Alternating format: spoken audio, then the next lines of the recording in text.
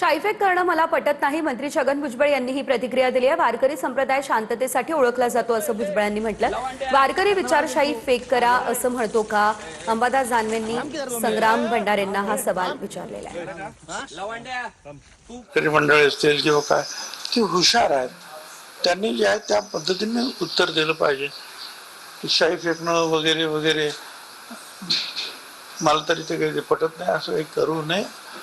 किंवा वारकरी संप्रदाय जो शांततेसाठी ओळखला जातो, त्याने एवढं हातगाईवर येऊन अशा गोष्टी करू नये.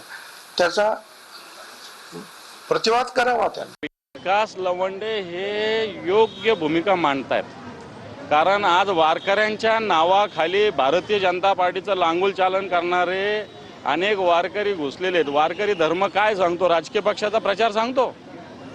प्रतिगामी विचाराचे हे सत्यता शरद पवार साहेबांनी मांडलेली आहे. मला असं वाटतं अशा पद्धतीनं जो कोणी लवंड्यावर शाही फेकली असेल हे केलं त्याच्यावर सुद्धा कारवाई केली. विचारांना सामना करा ना. वारकरी विचार असं शाही फेकवायचं सांगतो का? वारकरी विचार हा सहिष्णुतेचा आहे. संत तुकारामाचा असेल, संत ज्ञानेश्वर असेल, नामदेव महाराजांचा असेल.